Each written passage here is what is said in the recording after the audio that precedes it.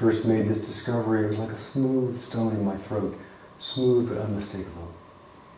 Habit is a drug. Only when I speak do I become conscious again of the stone in my throat. And this stone is a mystery. It is a great good to know it. It is great good to know of it. Of course, I have come to see that the subject is larger than just pain.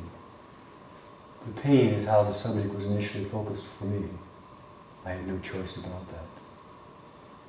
It's difficult to remember pain isn't mine, but from this, everything follows.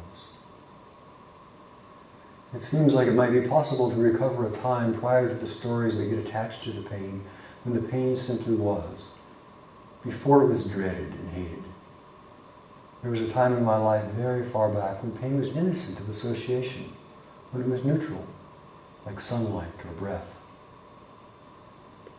Nevertheless, with discipline one can recover for periods of time that first state. That is the work.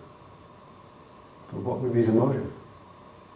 Why would one endeavor to recover just that?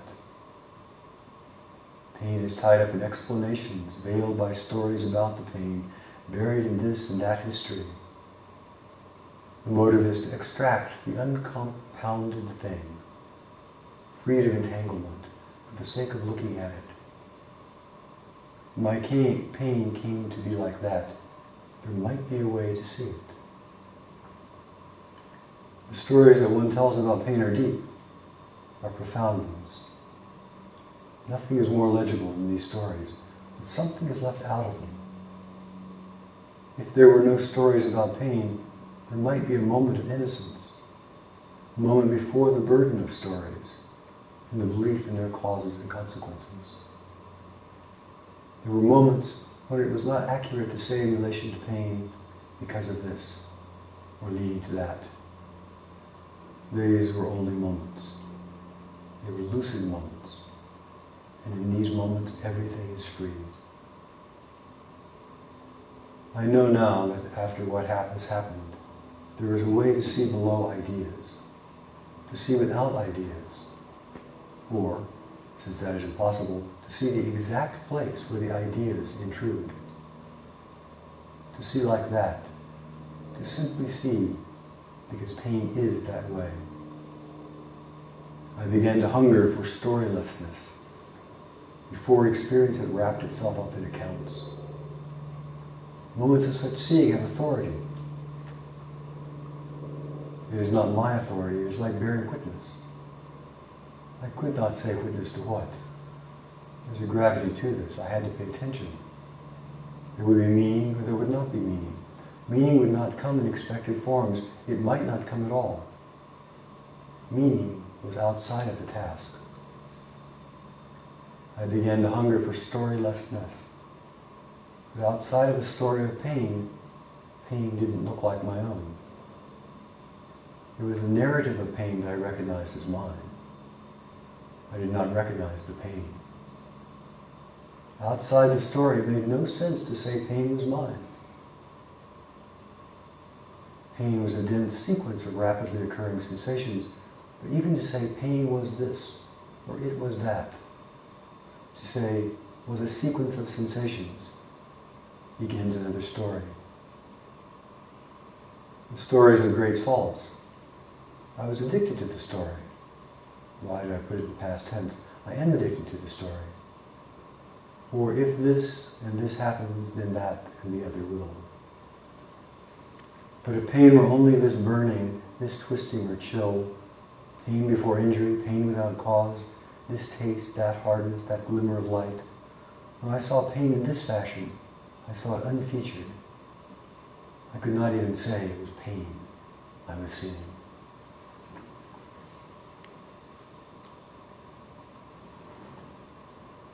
To see before stories. To see before all of the interpretations, understanding that we add on. To see simply what is untangled, intimate, present. From the stories of our lives, we can extract more stories. And sometimes people spend years looking into the stories of their life, remaking the stories, changing the stories, adding to the stories, modifying the stories, refining the stories. But from the direct engagement with life, we learn about life. From the direct engagement with stories, we learn about stories. Nothing wrong with that. But it's our direct engagement with our practice. It's our direct engagement with our zazen. It's our direct engagement with this body and this mind. That's the meat of our lives. It is working. It is the direct engagement with our challenging thoughts, our old corrosive habit patterns, our fear and our unskillfulness. And all as we look to that bright, boundless mind, before words and before body. It is this engagement with our own experience out of which wisdom comes. It's this engagement and this deep penetration of our own experience that we see that relative and absolute are subsumed in this great now, which of course is our beginning. In one sense, this Sesshin, whole and complete lacking nothing, refers to this starting point. The starting point of engagement, the starting point of wholeness. And the starting point has our struggle, our thoughts, our koans, our breath. The starting point has returning again and again to this. Everyone has the perfect ground for practice and awakening. Everyone has the perfect materials for being a mature human being. Nobody is defective. Nobody has missed the boat. Everybody has exactly the entrance gate that is the most skillful thing for them to investigate. The most skillful way for them to enter into the depths of being. Everybody. It is not as though there's an inferior way and a superior way. When it gets right down to the direct engagement with our life, every way is the right way. When it gets to stories, there are skillful stories and unskillful stories. But again and again, we come back in Sesshin, we come back again and again to this perfect place with the perfect practice, which may be struggling with negative thoughts, which may be working with these cycles of perfection and imperfection, may be working with deep entrustment and stillness. You may be working with being deeply frustrated with the koan. Good. This beginning, this perfect place of practice, this perfect practice is whatever we encounter. Whatever we encounter as we're sitting here. Discomfort, dismay, distress. Okay, great, perfect. They may have just knocked us off a certain place of, certain little nest or hole of complacency, of fuzzy delusions, and forced us again to look deeper.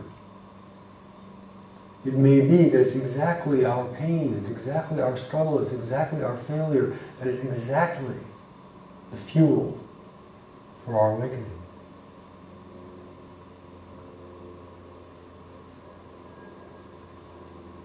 Nobody is defective. The truth is just the truth. But wisdom has to make that truth alive.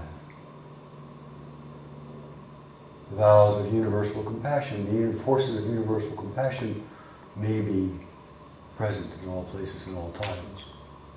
But it's only with these hands, with these eyes, they come alive. It's only with our engagement with our own life.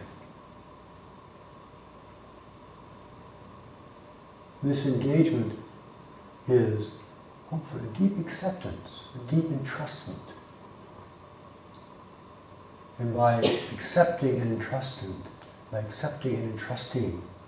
our particular circumstance, by working with our particular circumstance without working against our particular circumstance, by working creatively to figure out a way through and with, alongside and larger than our circumstance, and not just fighting. Although sometimes fighting is the perfect entrance gate.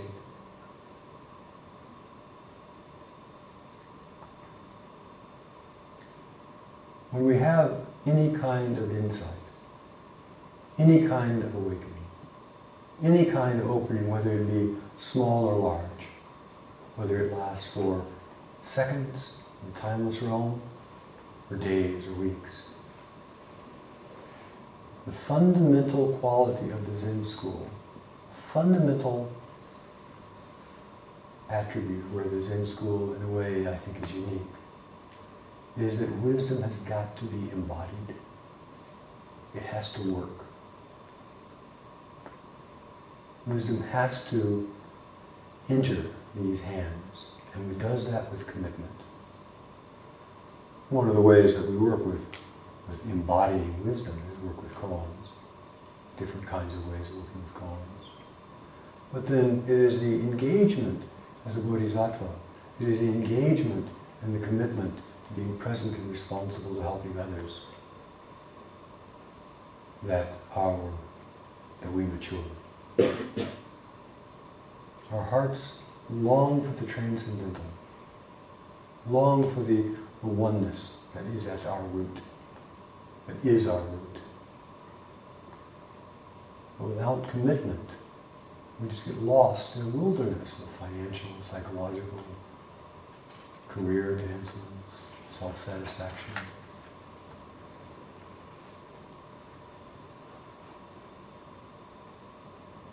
All these things are, of course, appropriate for commitment.